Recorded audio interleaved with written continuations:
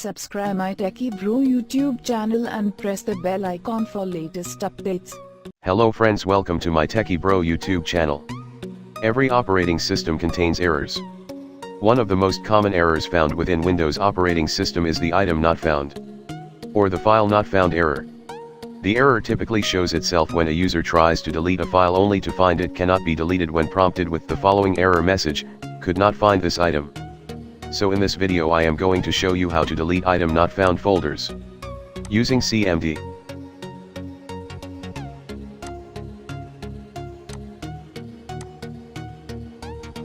Click on Start button and search CMD.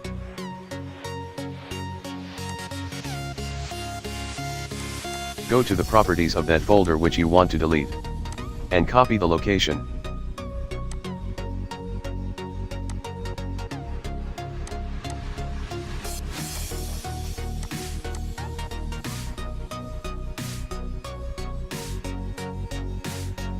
Now here type cd/d and the location where the folder is available, and hit enter.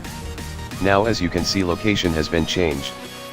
After that type dir/x and hit enter. It allows you to view the available files and directories within the current directory.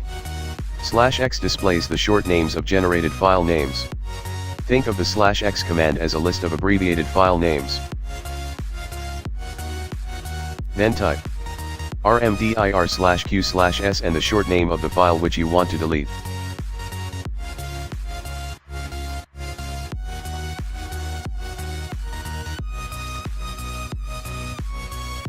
And hit enter.